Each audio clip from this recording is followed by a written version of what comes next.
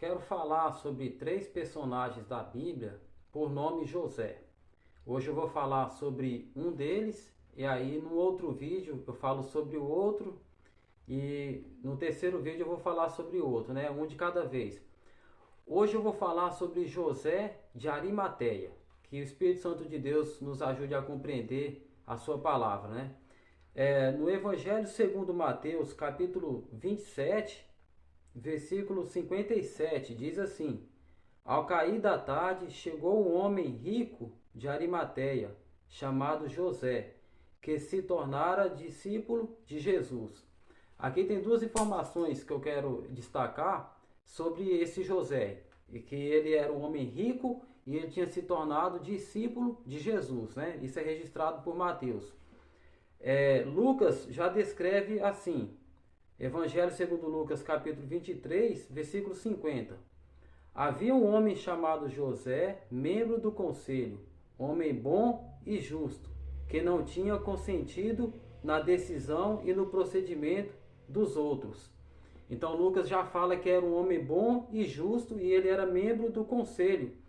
Esse conselho é o Sinédrio, né? O Sinédrio nos tempos de Jesus era como se fosse era um tribunal ali, era como se fosse uma corte que julgava ali. Eles eram homens que conheciam da lei e julgavam o povo de Israel. É claro que debaixo da autoridade romana, né? Esse Sinédrio ele era formado por sacerdotes, escribas e fariseus, né? Os escribas que escrevia, que mantinha ali os rolos livros, né? Que conhecia a lei, e também os fariseus, os anciãos, eram homens que conheciam a lei, né? Então os romanos permitiam que eles julgassem ali Israel de acordo com as suas leis, e era presidido pelo sumo sacerdote, né? Inclusive Jesus foi julgado pelo Sinédrio, presidido pelo sumo sacerdote, que era Caifás. Então José de Arimateia era membro desse Sinédrio aí, desse conselho aí. E outro evangelista diz que ele era um membro de destaque desse Sinédrio, né? E aí ele era um homem rico e ele tinha se tornado discípulo de Jesus. Aí vem já a primeira informação interessante sobre José de Arimateia. Esse Sinédrio ele era muito corrupto. A gente percebe que esse Sinédrio, quando julgou Jesus, eles faziam de tudo para achar uma acusação, uma prova ali e contra Jesus, independente de lei, independente de qualquer coisa, eles queriam condenar Jesus, né? E foi um julgamento totalmente covarde, um julgamento totalmente absurdo, né? E José de Arimateia pertencia a esse conselho aí, a esse Sinédrio.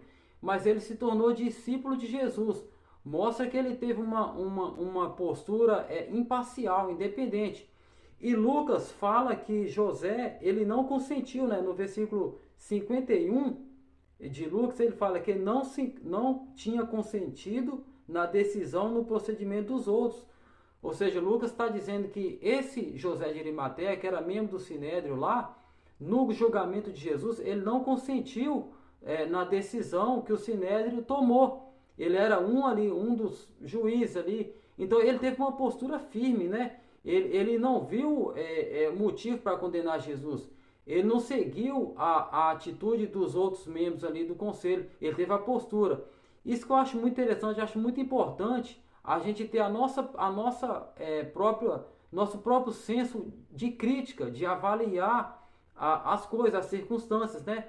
Não ser levado, não ser conduzido pelas atitudes que se tomam ali. Aquela multidão que julgou Jesus, claramente foi levado pela influência dos sacerdotes, dos fariseus, quando dizia assim: mata ele, mata Jesus, crucifica. Era uma multidão totalmente levada pelo que os fariseus ensinavam ali.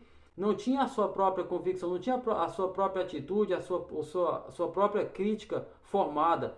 E a gente nunca pode perder o nosso senso de crítica, nosso senso de análise, né?